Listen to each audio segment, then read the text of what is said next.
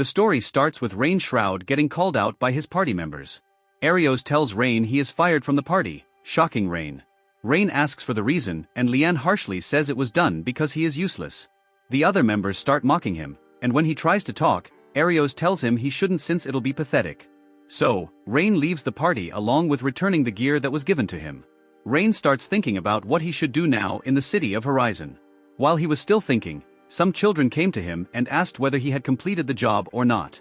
Then they ask him to do the usual thing, and Rain happily accepts. Rain sees an eagle flying and makes a temporary contract with it. He orders the eagle to say hello to the children, which makes the children very happy, and he decides to let the eagle go. The children tell Rain they'll become a beast tamer just like him rather than being a hero. When Rain inquires about this, they say the other party members and Arios are always annoyed by them, but Rain is different and always plays with them. At this, he remembers how the people were annoyed whenever he talked about the hero party. Thinking for a while, he decides to become an adventurer. At the Adventurers Guild, Rain gives his name for registration as an adventurer. He asks the guild receptionist, Natalie Broff, to tell him about the adventurer system. She gives him the essential knowledge and asks his class. Upon hearing Beast Tamer as his class, she becomes anxious, which makes Rain remember what Leanne had told him before, but Rain says he'll be fine. He was then told to kill 10 goblins as a registration test. Using a squirrel, he tracked the goblins and started to attack them. He kills them off and collects the magic stones. He then hears someone scream only to find a girl who has been cornered by a killer tiger. He decides to use his knife to attack it, but its skin is so thick that his knife breaks apart. As the killer tiger corners him, he witnessed the girl jumping at a very high speed and defeating the tiger with a single blow. Rain sees that the girl is from the cat tribe, said to be an endangered species. The girl falls, and Rain asks whether she is okay or not. She says she is hungry. After Rain gives her some food, she thanks him and introduces herself as Kanade. While they start talking about themselves, Rain tells her about his banishment from the heroes party, which makes Kanade angry with the hero. This made Rain happy as she was angry for him, and he patted her on her head, and she happily enjoyed it. She then asks Rain to tame her. At first, Rain wonders if it is possible to do so but feels that he wants to know Kanade better and try it, which turns out to be a success. Kanade and Rain are shown searching for herbs to collect for the guild registration process. Rain decides to use a rabbit and makes a temporary contract with it, much to Kanade's surprise. He has the rabbit bring its friends and makes temporary contracts with all of them, which only shocks Kanade further. As she believed the beast tamers could only tame one animal at a time, and as he had already made a contract with her, he should have already reached his limit. But Rain says it is normal for most beast tamers, however Kanade loudly interjects that it should be impossible. At the Adventurers Guild, Rain submits the items that he gained from his quest to the guild receptionist Natalie, who informs him that he's passed his adventurer's trial. With that, he's now recognized as an F-ranked adventurer, and he's given 50 copper coins for completing the quest. Natalie also states that although the payout is paltry, once Rain completes more quests, he will rank up and earn more money for his troubles. With ranking up in mind, Rain notes that he'll need lodging and to achieve this, would need to earn more money. Later, Rain meets with Kanade in the cafeteria, where he informs her that he's an official adventurer now and asks if she'd like to accept a quest. As Kanade happily accepts, a man approaches the two and takes an immediate interest in Kanade because she is a cat spirit. When the man tries to court Kanade, she refuses, claiming that she belongs to Rain because he's her tamer. Finding it hard to believe, as cat spirits is one of the ultimate species, the man challenges Rain to an arm wrestling contest with Kanade as the prize. Despite his hesitancy, Rain accepts the challenge and instantly wins, much to his surprise. Just then, Natalie arrives and after observing the situation, apologizes to Rain and notes that the guild was aware of the man's antics and was considering suspending his license. Taking care of the man, Natalie formally apologizes on behalf of the guild. However, her inner voice leaks out when she asks Rain how he managed to tame Kanade. This makes both Rain and Kanade shudder in fear, and Natalie regains her composure and takes away the man. After Natalie left, Rain wondered how he became so strong, and Kanade explains that it was because he made a contract with her. As a result, his strength was amplified in return. Excited to take on a new job, Kanade's hopes are extinguished when they do herb gathering again. Kanade complains that they should be doing a more extravagant job. However, Rain explains that because he is F-rank, they're only allowed to complete basic jobs. Although psyched to do her best so they could gain more experience and rank up, Rain forms a temporary contract with some horned rabbits once again to collect their quota of herbs. As despondent over this as Kanade was, she hears screaming off in the distance, and Rain suggests they check it out. At the location, an old man and his mule are surrounded by a group of bandits known as the Ebon Fangs. Hiding behind a nearby bush, Kanade informs Rain of the Ebon Fang's infamous reputation as a brigade of bandits with 100 members to their rankings. Although Kanade believes they should fall back and get help, Rain refuses and thinks they should take the bandits on themselves. Understanding her master's gumption, Kanade is told to rescue the old man while Rain deals with the bandits.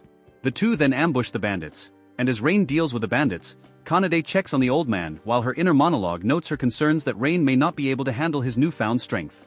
However, as Kanade observes Rain fighting against the bandits, her heart starts to race, and when he finishes, Rain notices that Kanade's face is reddish and asks if she was hurt. Kanade, however, denies the fact, and the old man speaks out to thank the two for their help. The old man then explains that a group of adventurers were hired to protect him. However, they fled when the bandits arrived, and he voices his concern over retribution from the Ebon Fangs. Briefly contemplating over it, Rain decides to deal with the rest of the Ebon Fangs. En route to their destination, Rain temporarily contracts some animals around the surrounding area to scout out the Ebon Fangs. He also explains to Kanade his reason for wanting to deal with the remaining Ebony Fangs members and assures her that he has a plan to do so. As astonished as Kanade was, she's ordered to return to the town and get some reinforcements while he has the Arbies handle the Ebony Fang members. Although Kanade felt dejected again by her value as Rain's familiar, she snaps out of her emotional state and learns the need for reinforcements. The reinforcements that Rain wanted were called the Order of Knights, a group tasked by the government to uphold peace in the lands. Understanding her task, Kanade leaves, and a swarm of Arbies arrives, and Rain forms a temporary contract with them all. Elsewhere, two of the three adventurers who were tasked with protecting the old man earlier before are revealed to have been Rain's old comrades, Mina and Leanne. The two curse their situation and how Arios and Agath were sucking it up with the nobility while they decided to take on jobs as adventurers.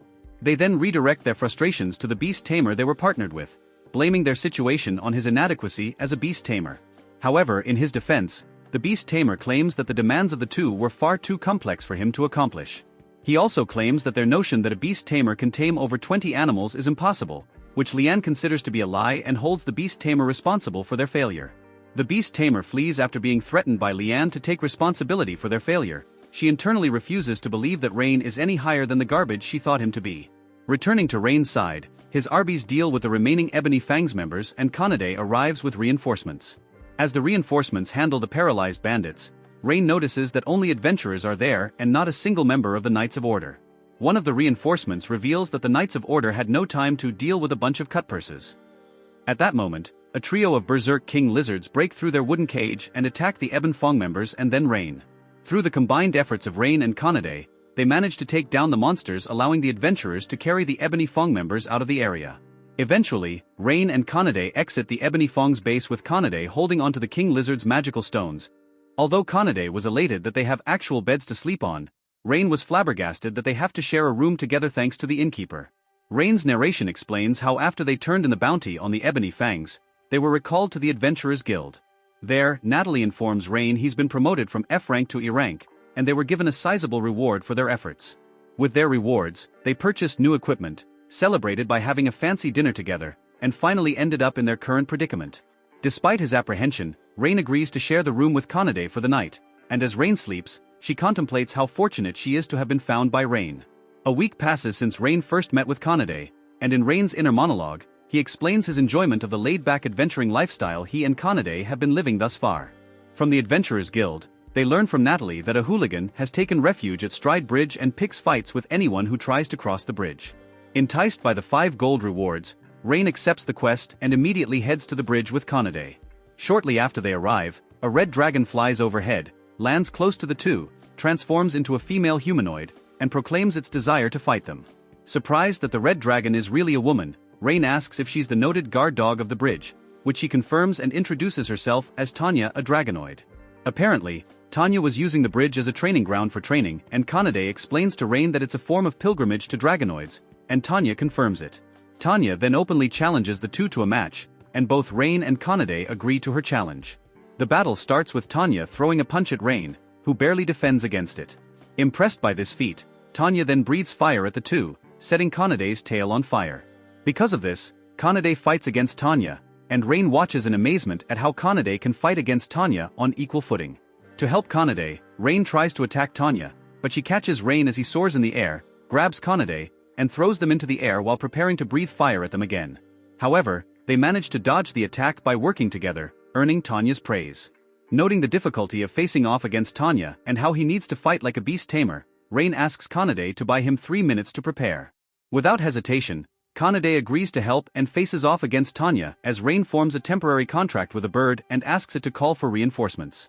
After this, Rain takes over, and with the birds he contracted, they attack Tanya, who becomes immobilized after they attack her. Rain then reveals that the birds are called Pito, and their plumage is poisonous. Tanya surrenders, incapable of fighting further, and Rain asks her to come with them. Questioning what would happen if she refused, Rain answers that he doesn't know but comments on what a fix he'd be in if Tanya doesn't comply. Amused by the response, Kanade pokes Tanya into submission, making her agree to the demand. Afterward, Rain and Kanade report back to Natalie at the Adventurers Guild, and before Tanya can introduce herself, Rain stops her, and abruptly leave the guild in a hurry. Outside, Tanya draws attention to herself, and both Rain and Keed stop her from revealing she's a dragonoid. On the outskirts of town, Tanya is disciplined by Rain, who allows her to leave, but admonishes her from starting any trouble again after this. However, Tanya, who had taken a liking to Rain, suggests that he tame her as well, to which he begrudgingly agrees and forms a contract with her. That night in town, Arios complains about his team's wasted efforts in the lost woods they spent trying to fight against monsters. With Leanne and the others complaining that Rain's old tasks were a burden on the group, Arios decides to recruit Rain back into the group, only to dump him again after they complete their quest. Meanwhile, as Rain sleeps on the floor, Keed and Tanya argue about which bed the other sleeps on, as one of the beds has a view of Rain as he sleeps. In a narration, Rain explains regarding slimes and his team was tasked with subjugating the monsters, which unsettles Kanade, due to their stickiness, whenever they're defeated. Tanya then boasts that she'll be able to defeat them all for her, which earns her Kanade's praise. Standing by watching the scene unfold, Rain notes how happy he was about how the two were getting along. Time passes by, and the group cannot locate a swarm of slimes. Hence, Rain uses one of his beast tamer skills on a bird called Assimilate to merge part of his soul with and control the bird to search for slimes within the area. The feat astonishes both Tanya and Kanade, and after their outburst, Rain flies off to search for slimes as the two watch over his body. Eventually, Rain locates the swarm of slimes, and before they begin the job, Tanya asks Rain if he can use any magical spells. Rain answers that he can use Fireball and Heal, which under Tanya's suggestion, casts Fireball against the slimes, eliminating every last one of them. The outcome astounds Rain and Kanade, but not Tanya, who explains that Rain's abilities have risen since making a contract with her. Just then, more slimes appear at the scene and, following Tanya's instructions, Rain learns how to control his magic better. Afterward, Tanya and Kanade talk to a little girl outside the Adventurers Guild, informing her that they successfully completed a slime subjugation quest. Rain then joins the two girls, and after a stroll through the town throughout the day, that night, the group enjoys dinner at a restaurant. Once they're finished, Rain reveals the background of his home village and how it was lost one day due to a monster attack. A group of adventurers would eventually rescue Rain, and he was relocated to an inn where he worked his keep for years until Arios' group recruited him. He joined the group without hesitation, believing it'd be for the best and would allow him to prevent the same tragedy that happened to his village. However, the group thought of him as a useless tag-along, leading to his dismissal from the heroes' party. Hearing this story saddens both Tanya and Kanade, but they note their fury against the heroes' party for how they treated Rain, but he assures them that it's all behind him. The day after, Rain's group subjugates a bunch of orcs, one of which manages to stab Rain in his arm with a knife while trying to protect Tanya. Assuring her that he's fine, Rain then uses Heal on himself that instantly heals the wound, and suggests they collect the magical ores the orc left behind and turn them into the Adventurers Guild. That afternoon, Rain does this and learns from Kanade that Tanya had wanted some time alone to herself. Tanya stood on a bridge gazing at the flowing river water below, pondering whether or not she's done the right thing, and then a little girl from the other day approached and talked to her. Tanya would have a brief heart-to-heart with the little girl that lifted her spirits. Soon, Rain finds Tanya, who formally apologizes to him for her actions earlier that day. On the other hand, Rain notes his relief for being able to find Tanya, and that night, Tanya realizes her feelings for Rain, but would flatly deny them as a fondness for him. The following day, after another successful quest was completed, Tanya suggests to Rain that they purchase new equipment, and Rain liked the idea. Before they're able to progress any further, Arios and his party confront Rain on the road and give him a sarcastic greeting. While walking down a road and reflecting on his current lifestyle with Tanya and Kanade, Rain and company are confronted by Arios and his group. Arios gives a sarcastic greeting to them, and Rain immediately suggests they take a different route. Arios speaks some disparaging remarks, so Kanade and Tanya step in to defend their master. Tanya then questions Ario's group's identity as that of the hero party. Disliking Tanya's tone, Arios tries to rebuke her, but realizes that she and Kanade are, respectively, a dragonoid and cat spirit who are two of the ultimate species. With Ario's party learning that they had been tamed by Rain, he then asks what business they have with him, and Arios claims that due to the difficulty of the Lost Woods, they had to withdraw from it. Hence, Arios offers an olive branch to Rain, allowing him to rejoin his group despite his uselessness. Agathe, Leanne, and Mina then all comment that Rain should be grateful for them allowing him to rejoin their group. However, Rain refuses their offer, but Mina tries to convince him, claiming a relic called the Shield of Truth located in the forest would give them a fighting chance against the Demon King. Furthermore, Leanne mentions that monsters would swarm and attack settlements without that relic, which triggers memories of Rain's past. Under pressure, Rain quietly agrees to it, and Ario's group chastises him for not accepting it from the start. As Ario's group starts to walk off, both Kanade and Tanya stop the hero's party and demand that they properly apologize to Rain by groveling. The suggestion shocks the hero party, and Tanya threatens to incinerate them with her breath if they don't voice their disdain at it. Grabbing Rain by the cuff of his collar, Arios demands that he keep his pets on a shorter leash, which upsets Rain. However, Arios insists on it and tries to make him confess that they're not his pets, but insinuates they're nothing more than his playthings, causing Rain to punch Arios. With that, Arios challenges Rain and his tamed monsters to a duel to see who is stronger, and Rain accepts his challenge. In separate locations, Kanade faces off against Agathe, Tanya faces off against Mina and Leanne, and Rain faces off against Arios. Kanade's fight starts first, and Agathe is happy that he has the chance to fight against an ultimate species such as her, and Kanade vows to beat him up and make him apologize to Rain. On the other hand, Agathe has no intention of doing so, hence, Kanade starts the fight with a quick and powerful kick followed by a flurry of punches. Agathe manages to defend against the attacks with his broadsword, but is quickly overwhelmed by her attacks. Kanade then comments that Agathe hasn't made a single move against her, which is surprising as he's part of the hero party. The remark triggers Agathe, who finally counterattacks with his special move Hellfire and Brimstone Slash. However, Kanade easily deflects the attack. Furious by this turn of events, Agathe proclaims he'll fight with his full strength, and Kanade proclaims she'll fight with half of her own. The revelation shocks Agathe that Kanade hadn't been using even half of her strength thus far, and she quickly ends the fight with a single kick. Although, she panics thinking that she went too far, she quickly recovers and states that he deserved it for treating Rain the way he did. Elsewhere, Tanya faces off against Leanne and Mina, who openly claim she'd prefer fighting Arios than those two because they're so weak. Tanya's remark upsets the two mages, and they cast Gravity Burst and Holy Flare. By snapping her fingers, however, Tanya dispels the attacks. Thus Leanne and Mina respectively cast Judgment Arrow and Red Crimson again. Tanya dispels the attacks with a snap of her fingers and claims she used what is called Material Canceller. Refusing to believe that they've been beaten, Mina and Leanne cast multiple spells against Tanya, however, she dispels them with Material Canceller. To finish things off, Tanya casts the epic spell Ultimate End against the two, but she reveals it to be a fake-out, causing them to pass out. On Rain's side, he faces off against Arios, who forces him back with his swift swordplay. Despite this, however, Rain only takes minor scratches from the attacks and notes how underwhelming the pressure Arios is giving off compared to Tanya. Rain then attacks Arios with a punch to the gut, which winded him, and Rain reveals that forming contracts with Kanade and Tanya granted him newfound power. Utilizing the knowledge he gathered from his observation of Arios and with the help of an Arby, Rain wins his fight against Arios.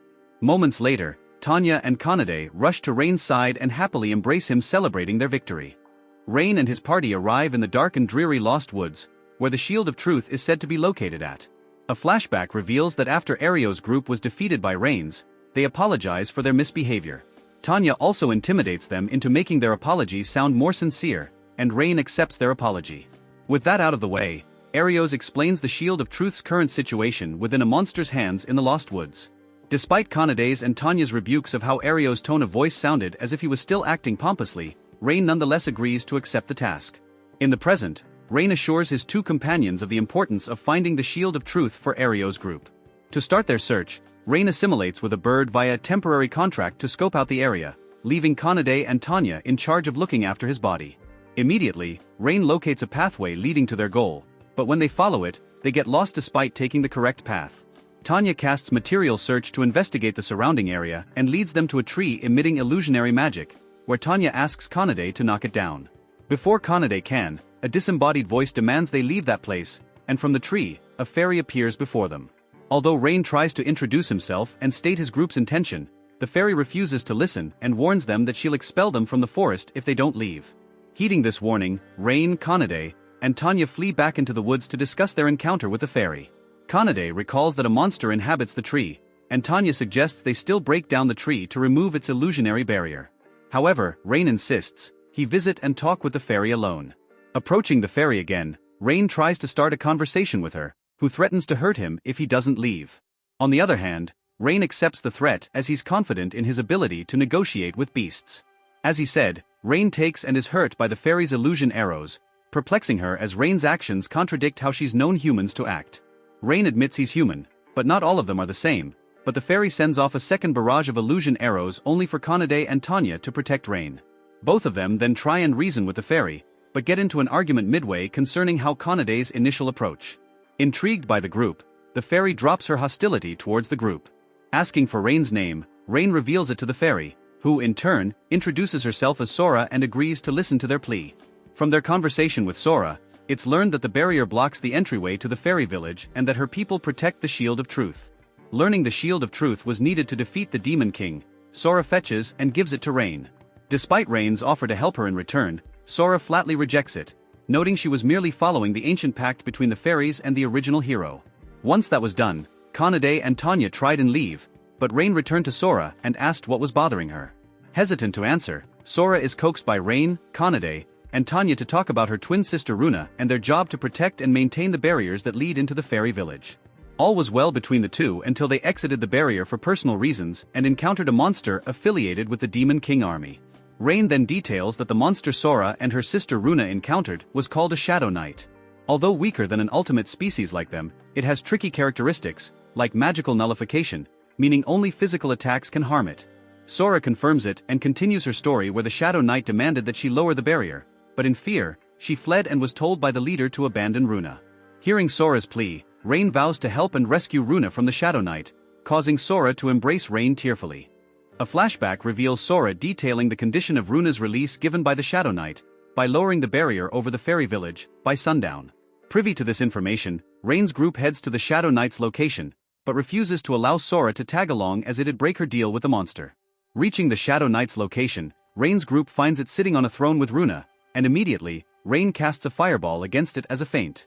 It allows Kanade and Rain to land a few blows against the Shadow Knight, who realizes that Sora sent Rain's group and then attacks Runa. However, Tanya protects, releases her from her captivity, and flees the scene carrying her away.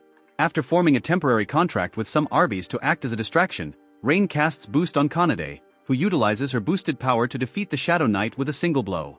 After Rain's explanation of the boost spell to Kanade, Tanya returns to them, still carrying Runa in her arms. Tanya also notes her surprise about how Rain knew a powerful lost skill, but he claims everyone in his village was privy to it. As Runa awakens, Rain informs her that Sora had asked them to rescue her, making Runa feel relieved. Afterward, Runa embraces Sora, and the two thank Rain's group for their actions. A brief scene concerning Runa's crude thoughts about Rain and Sora's reprimanding of her sister occurs, causing Rain to realize that they are polar opposites. Although Kanade had hoped Sora and Runa would return to their village, Sora notes that since Runa had been abandoned by their own people, she wants to distance herself from there. Having no place to go or adequate knowledge of the outside world, Kanade invites the fairies to join them. Rain allows it and forms a contract with the two. Later that day, Rain meets the heroes' party so he could finish the quest to find and give to them the Shield of Truth, while his party secretly watches. However, Arios is shocked at how it took Rain's group 2 days to retrieve the shield and yet his own group spent 2 weeks with no success. With Arios refusing to acknowledge the Shield of Truth was real, Rain suggests his group examine its authenticity. Mina casts appraisal on it and reveal that it is the genuine article, which shocks everyone in her party, and Arios notices the 2 new faces in Rain's party. Not wanting to create a scene that 2 fairies are in a human settlement, Rain demands his quest reward and is given his reward, 20 gold coins. Before Rain could once again sever ties with the heroes' party, Agath stops him and asks if he'd be interested in rejoining the party. Despite Arios' agitation over the offer, Agath came to realize that the team's inadequacy was due to them being without Rain's support. Mina and Leanne both reluctantly agree with Agatha's suggestion and asks if Rain would accept his offer. However, Rain refuses, as he's content with his current life. Once Rain had left, Agath, Mina, and Leanne all show their disdain for Rain refusing their offer, but Arios, who is still embittered by his defeat against Rain, has him agitated, who he vows to eliminate. Elsewhere, underneath a tree, Rain explains to his party about the legend of the first hero who defeated the Demon King.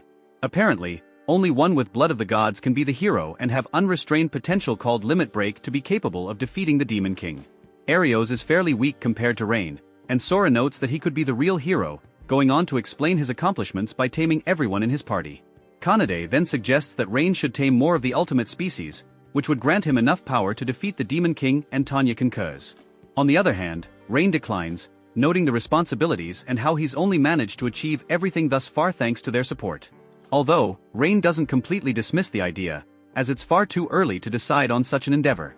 The others' understanding of Rain tell him to take his time to decide what he wants to do, while Kanade assures Rain that they will always be by his side. One bright and sunny morning, Rain awakens on the floor of his room and hopes a free room becomes available soon as his party sleeps on the beds. Enjoying breakfast outside, Rain and his party discuss purchasing equipment for him for the journeys ahead, and Rain agrees with it. While walking down the streets of the town, Runa and Sora are alert of the people figuring out that they're fairies. This changes after Rain assures them that they'll be fine and after witnessing the interactions between Kanade and Tanya with some familiar faces. However, when a few children approach them, the girl from the group notes that Runa and Sora are Rain's new wives, which irk Sora. Also, Runa nearly reveals she's a fairy by casting magic, only to be stopped by Rain and Sora. Afterward, the group heads to a weapon store and is greeted by its rough and gruff dwarven owner Gantz, who suggests they pick out a weapon of their choosing. Rain checks out a dagger and notes the odd feeling it projects. A male customer enters the store wanting the store's best sword, and Gantz picks one out for the customer who purchases it. Once the customer left, Rain confronted Gantz about how all his weapons were of poor quality, and the owner confirmed it. Runa and Sora then belittle Gantz as a petty swindler, but he stands up for himself and shows them his best weapons for sale. When asked why he sold his last customer a paltry weapon, Gantz claims it was a test of gumption with weaponry. Furthermore, Gantz explains that most customers waste swords and toss them away when a newer model is released, which would damage his blacksmith spirit. Tanya then has a reciprocating moment with Gantz about their mutual ideals. Once that was settled, Gantz asked how Rain knew his weapons were different. Rain then details his experience as a beast tamer, which relied on astute observation of animals, and would unconsciously observe his surroundings. Impressed by Rain's explanation, Gantz agrees to make a custom weapon for him. However, he reveals that he lacks the materials to do it. Eventually, the group head to the Adventurers Guild, where a large group of adventurers are shown crowding around the bulletin board. Natalie informs them that Arios was in Horizon, seeking to recruit new support members. The news doesn't hamper Rain's mood, and he introduces Runa and Sora to Natalie. Runa alludes to Natalie that her relationship with Rain is deeper than a natural one, shocks her, making Rain disconcerted and trying to explain things properly. Progressing things, Rain submits a formal quest from Gantz requesting mithril ore. A flashback reveals that the ore may be located in a depleted mine Gantz inherited from his family. Getting assured and pepeed by his team, Rain agrees to search Gantz's mine for the ore, and the two formally introduce themselves to each other. When inquired about how much gold he'd like to receive for the quest, Rain requests a new weapon to be made instead, which elates Gantz. En route to their destination, Runa and Sora become exhausted by the long trek because of their lack of stamina. Hence, Rain locates a nearby lake, allowing his teammates to take a refreshing bath there. He also temp contracts a couple of squirrels to watch the ladies and notify him if any trouble arises. However, as Rain is taking a rest, he hears Kanade scream, rushes to their location, and learns a fish had bitten Kanade's tail. Rain realizes that he had accidentally seen the girls naked, causing them to scream in embarrassment. The situation causes Sora to become perturbed, and Rain is shown to be extremely remorseful for his actions. However, he's forgiven by Tanya and Kanade, who brush it off. They know Rain would never lustfully gaze at them. Though they jokingly suggest reversing their roles, so that they can see him naked to even the score, which he turns down. Upon reaching their destination, Rain suggests they stand to watch close by to the mine's entrance to see if his theory of thieves stealing from the mine is true. A hawk starts circling above them and shrieks, causing them to panic, and a couple of thieves exit the mine demanding that whoever is out there to show themselves. Left with no choice but to fight, Rain suggests they beat them and question them after. However, Tanya and Kanade knock the two men unconscious. Hence, Sora and Runa use their magic to peer into the thieves' minds to figure out their motives. They learn that Rain's theory was true and that the thieves are associated with 5 other adventurers within the mine. Afterwards, Sora and Runa request a head pat from Rain due to them learning from Kanade and Tanya that his head pats are second to none. The twins enjoy Rain's head pats, while Kanade and Tanya are left envious and jealous of the situation. Rain reveals that he suspects that one of the adventurers was a beast tamer from the hawk he spotted was acting as a lookout. Inside the mithril mines, the thieves inside are alerted by their comrades' defeat by the group's beast tamer, who vows to avenge them. Walking through a tunnelway within the cave, Rain's party is then ambushed by 4 adventurers who are quickly dealt with: Runa, Sora, Tanya, and Kanade. With only the beast tamer left, Rain faces off against him and his B-ranked monster behemoth. Despite being a difficult monster to tame, the beast tamer boasted that he raised it from its childhood, which circumvented the prerequisites of taming it. Rain's fight against the behemoth causes the mine to shake and crumble, hence Kanade and the others take the captured thieves outside for their safety. However, Kanade returns inside the cave to assist Rain by capturing the beast tamer as he handles the behemoth. Although Kanade restrains the beast tamer, he refuses to surrender and has his behemoth continue his rampage. So, Rain overwrites the behemoth's contract, and which causes its original owner to provoke it, forcing Rain to reluctantly cast a fireball to defeat it. Outside the mine, it is revealed that the thieves were out for revenge against Gantz for selling them inferior weapons. This is later relayed to Gantz, who feels remorseful about his judgmental attitude toward the customers he had deemed unworthy of his finer craft. Gantz claims his actions make him a failure as a craftsman, and Rain agrees, but asks that he make amends by pouring his soul into weapon making again. Moved by Rain's words, Gantz promises to deal honestly with his customers and weapons again. To start his new endeavor, Gantz asks what kind of weapon Rain wants, and he answers he'd like a new dagger and gauntlet. Meanwhile, Arios with Mina close by reject an applicant for the beast tamer job they posted, citing his inadequacy in skill for taming an ultimate species. As Arios laments over another failed applicant, Mina internally reflects on how Arios failed another worthy applicant because they didn't match Rain's caliber. Worried that their stalling hinders their responsibility for defeating the Demon King, Mina asks Arios if he'd amend the criteria for the job post. Mina's suggestion gets an apprehensive response from Arios, so she backtracks it, noting her holy vow to God to follow the hero, and leaves it at that. Alone, Arios pulls a cursed ring from his desk and plans to use it to get revenge against Rain. The following day, Rain visits the Adventurers Guild and learns the Ore Thieves' fate from Natalie, which disheartens him. Exiting the guild, Rain details the news to Runa and Sora, who console the dispirited Rain. Thankful for their kind words, Rain suggests they take a walk before returning home, and they happily agree. Walking down the town street, Rain purchases hot dogs for them all, and Runa and Sora enjoy them. After they're done eating, Runa and Sora ask Rain if it obtained any special skills or abilities by forming a contract with them. However, Rain was uncertain if he did or not, which disconcerts Runa and Sora, but they believe Rain could have obtained ultimate magic, which is greater than advanced or epic magic. Once again though, Rain didn't know if he had obtained any new spells, causing Runa and Sora to feel even more depressed. Rain then cheers up Runa and Sora by telling them he doesn't care if they give him new skills or abilities and appreciates their company. The compliment perplexes Runa and Sora as their village once abandoned them and as of now, have yet to display any notable accomplishments since joining his party. Asking why Rain still treats them with dignity and respect, he answers that the lack of trust in his former party caused his expulsion. Hence, Rain wanted to learn from his mistakes and build trust with his new party. Pleased by Rain's answer, they decide to get more hot dogs, but are stopped by a pompous man accompanied by 2 guards who demands Runa and Sora's names. The pompous man's presence alerts the crowd, and after the fairies give their names, he proclaims he'll make them his. Although met with disdain by Runa and Sora's rejection toward him, the pompous noble only declares his love and desire for them even more.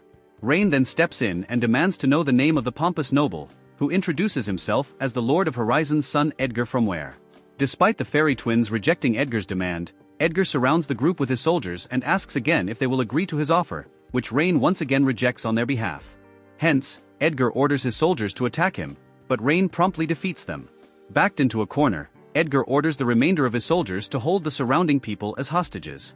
Disgusted by how Edgar views his subjects, Rain awakens his fairy magic capabilities and rescues the hostages using a multicast fireball spell on the soldiers. This forces Edgar to flee the scene in shame and has Rain's group be met with praise by the citizens. However, one lady in the crowd warns them that they should leave Horizon for their safety as a cloaked individual watches them from afar. Later at the inn, Runa and Sora relay what had happened earlier to Kanade and Tanya. It's speculated that Rain's magical control had dramatically improved by forming a contract with the twins.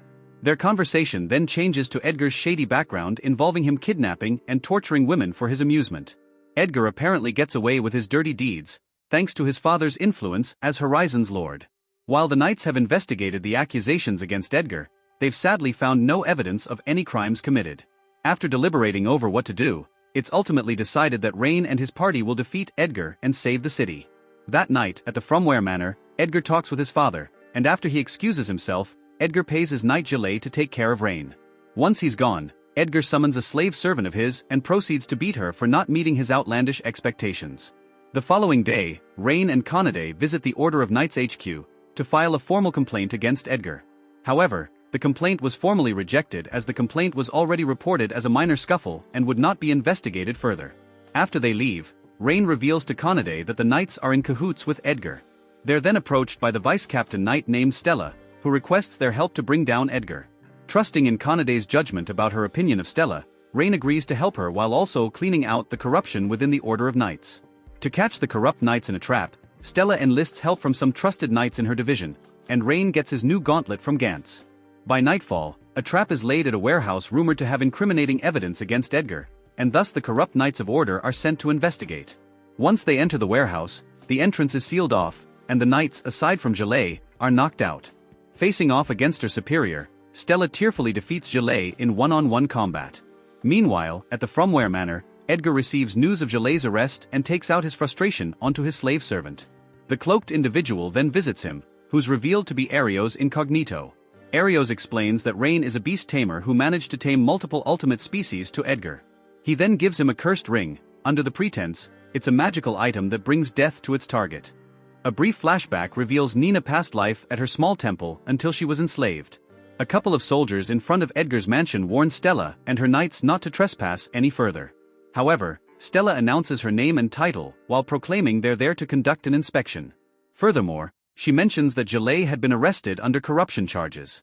Since the soldiers refused to comply with Stella's orders, Tanya and Conade intervene, causing the two soldiers to alert their comrades they're under attack.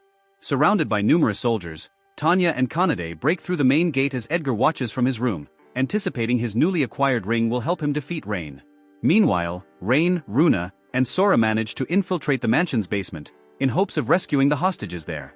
Runa casts Material Search, planning to teleport any hostages they locate out of the mansion with their magic. However, Runa detects a large magical signature below them, believed to be the hostages, and one of the other signatures is said to be on par with Sora and her. Rain suspects that another ultimate species is held captive there and decides to have the fairies rescue the hostages while he rescues the ultimate species. Walking through the mansion alone, Rain locates where the ultimate species is, which turns out to be Nina, a demigod. Startled by Rain's presence, Nina acts apprehensive toward him as he breaks into her cell and casts a healing spell on her. Thankful for what Rain did, Nina gives her name and then embraces him. Another brief flashback is shown, revealing how Nina became conscripted by Edgar. Back in the present, Nina informs Rain of her situation, and he decides to emancipate her. Rain's plan, however, backfires at first since although the slave collar's magic is fundamentally similar to a beast tamer's magic, it's still difficult for him to break. By utilizing the power granted by his tamed friends, Rain manages to break the slave collar spell, which frees Nina. Outside, Stella, her knights, Conade, and Tanya all continue dealing with the soldiers surrounding the area and are soon joined by Runa and Sora. The fairies inform the others that they've rescued the hostages, who are now at a safe location. Hearing this invigorates both Conade and Tanya, who continue their onslaught against the soldiers. In his room, Edgar reassures his father that he'll handle the situation alone. In the mansion's foyer, Rain carrying Nina on his back regroups with Stella's group, who claim Rain had seduced another girl, much to his chagrin. At the same time, Edgar's father enters the foyer and is ordered by Stella to surrender. He, however, refuses and is captured by Rain's wire from his gauntlet. Immediately, Edgar appears and using the ring that Arios gave him, summons a reaper that stabs him in the chest with its scythe. Standing atop the mansion's roof, Arios gloats about Rain's supposed death and claims he'll now be able to rest easy. After Arios disappears into the night, Rain is revealed to be unharmed by the reaper's attack. Sora mentions that Rain was just hit with an instant death spell, yet it did not affect him. Hence, Runa casts a poison affliction spell on Rain, which doesn't work, and it corroborates her hypothesis that Rain is immune to status effect magic, which is the second power he received from their contract. Watching from the second-floor banister, the despondent Edgar watches the conversation between Rain and his party, while internally lamenting how an entitled noble such as him had failed. Refusing to accept the outcome, some dark ominous energy escapes from Edgar's ring that engulfs him and transforms the noble into a demon. Rain seeing this is both frightened and enraged as this caused him to remember that the monster that destroyed his village was in fact a demon. Demon leaves Edgar's mansion to target the townfolks below, and determined to stop it, Rain and his party pursue it. However, Rain has Stella and Nina avoid confrontation with the demon in favor of helping the townsfolk. Rampaging through the town, the demon is stopped by Kanade and is confronted by Rain's group. Their first efforts against the demon prove futile, and to even the odds, the demon summons monster reinforcements. Despite their efforts to defend themselves against the monsters, the demon casts a spell that destroys parts of the town, setting it on fire. In retaliation, Runa and Sora pin the demon in place with a light magic spell as Rain boosts Kanade and Tanya's powers. The two then launch a barrage of punches against the demon, followed by a light spell that flung the demon into the sky. Kanade then launches the demon to the ground with a gut punch. However, all they managed to do was blow off its left arm. It then proceeded to summon more monsters and prepared to destroy Horizon. Hence, Runa and Sora volunteered to use their magic to teleport the townsfolk to a safe location. Meanwhile, Mina informs Arios about the rampaging demon in Horizon. However, he refuses to take any action against it, as their main priority is the Demon Lord. Leanne concurs with Arios against Agath and Mina's concern about the demon situation, but ultimately concedes to Arios' logic. Unbeknownst to the group, Arios was the one responsible for the demon's appearance in hopes of getting revenge against Rain. Back in Horizon, Stella, accompanied by her knights and Nina, defeat the demon's summoned creatures. They're soon joined by Sora and Runa, who request their assistance with evacuating the townsfolk using teleportation magic. Privy to the fairies' plans, Stella and her knights leave to round up any townsfolk they can find, as Nina stays behind with Runa and Sora. Eventually, Stella and her knights gather some townsfolk who initially hesitated to use the fairies' teleportation magic. However, a few familiar faces of the fairies convince them enough to trust in the fairies. Before the second wave of people could be teleported, a pack of the monsters arrived. Returning to Rain's group, Kanade and Tanya become exhausted by fighting against the monsters, but soon get help from the town's adventurers. As that goes on, Runa deals with the newly arrived reinforcements, and Sora teleports the remaining townsfolk to safety. Feeling inadequate, Nina joins Rain's group in hopes of helping them. Both Kanade and Tanya realize that Nina could use her demigod powers to teleport Rain close enough to the demon so he could confront it. Carrying Nina on his back, Rain uses Nina's teleportation magic to confront the demon, and after casting Boost on himself, he magically restrains the demon. In doing this, Rain becomes afflicted by the demon's influence, but manages to overcome this and overwrites the control over the demon's monsters. Enraged, the demon breaks free from his restraints and tries to attack Rain, but is overwhelmed and defeated by its turncoat monsters. Once the demon was defeated, Nina became too exhausted to keep the two in the air, causing them to fall to the ground. Before they crash land, they're caught by Tanya. 3 days pass by since the demon rampaged through Horizon,